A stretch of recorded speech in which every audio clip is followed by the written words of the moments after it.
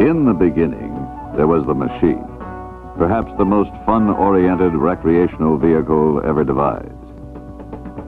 As perfectly designed as today's engineering can make it, as safe to handle as today's engineering can make it, only one problem remains: the nut that holds the steering gear. There have been accidents in the past, and there will be accidents in the future, for many reasons. These accidents are preventable. The machine itself won't cause them. What will cause them is the nut that holds the steering gear, the nut that commits every conceivable sin against safe conduct. Some sins are worse than others. In the interests of safer snowmobiling, Scorpion Stinger presents The 7 Deadly Sins.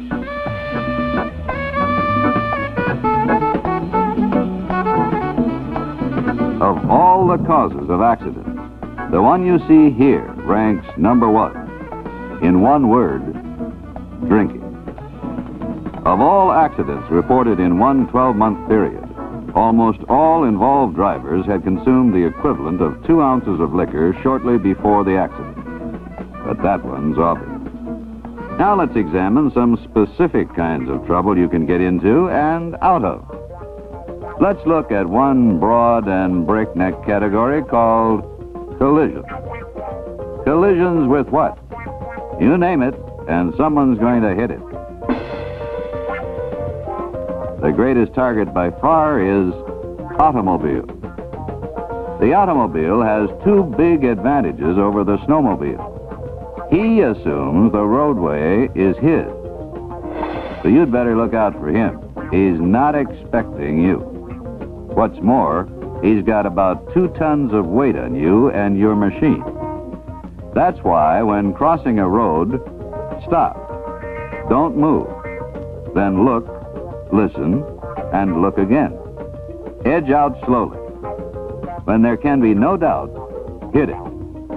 Which presents yet another problem: the collision with fixed objects. A tree, a guy wire, barbed wire fence. How to avoid them? Simple. Stay on an approved trail. But if you must travel overland, do not overdrive your stopping distances. If it takes you 20 feet to brake to a halt at 10 miles an hour, then make sure you can see clear sailing 20 feet ahead. Know your stopping distance at various speeds and never overdrive it. Now, what else can a truly resourceful driver find to hit? If he looks hard enough, he can find something, like another snowmobile. There you have it, the 3rd most frequent object in collisions. Why do snowmobiles collide with other snowmobiles? Tailgating. Failure to stop at blind crossing. One-on-one is fine in football, but not in snowmobiling. 2 snowmobiles, each traveling 20 miles an hour, equals disaster. The Deep Six has claimed a lot of snowmobiles, and for no good reason except that someone trusted the ice on the river or lake when he shouldn't have. How do you tell if the ice will support you and your machine? Ask.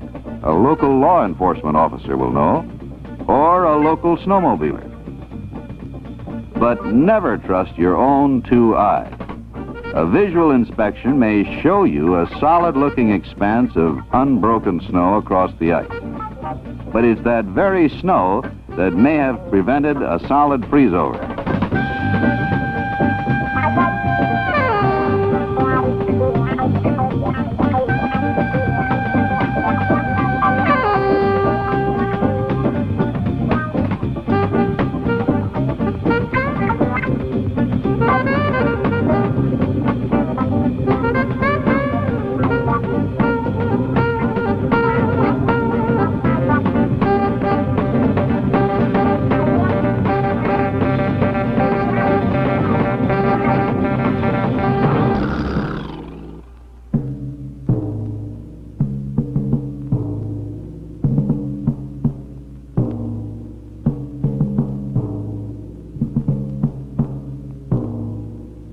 Why roll the dice when you can check the ice?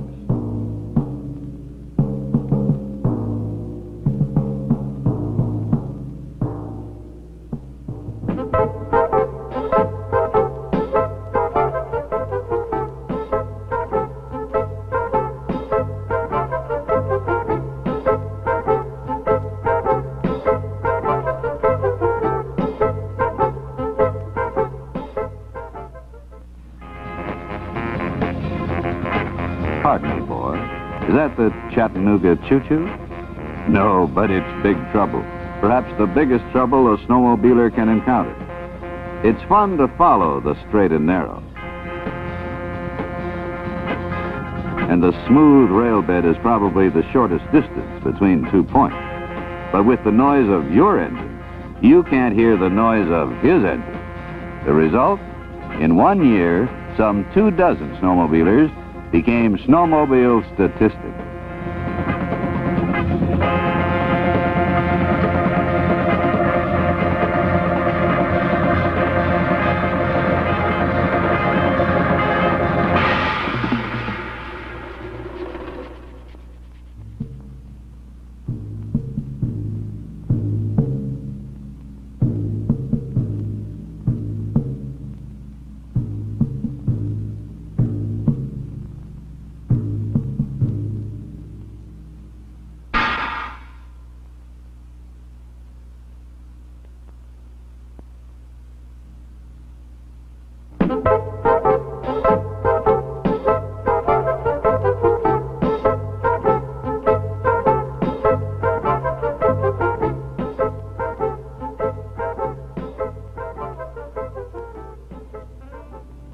And now, as the silent velvet night descends over the land, the silence is only broken by the sound of a peculiar bird native to these haunts, the hairy-chested goof-up.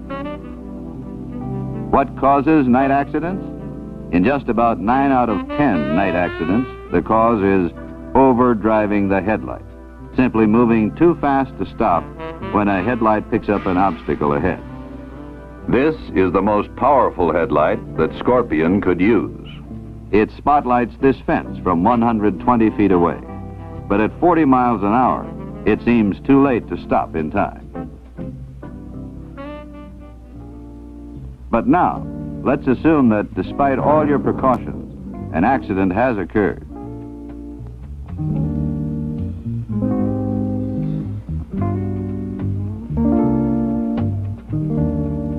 You've survived unhurt, but you're miles from help in snow too deep to walk in.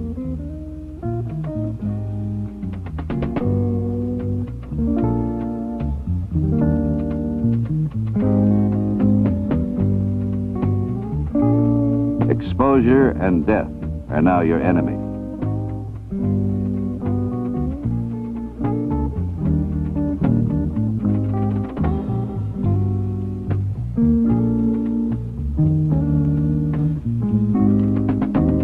The preventive remedy? Always, but always, travel at least in pairs.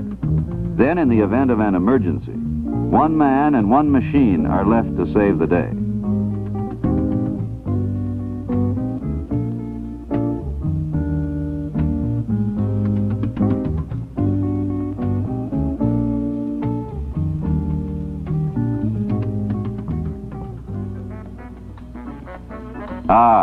One word of caution. When traveling in pairs, know where your companion is.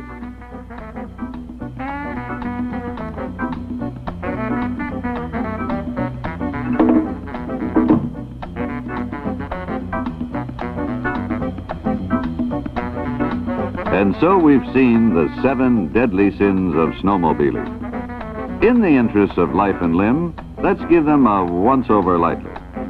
1. Drinking. 2. Collision. With automobiles.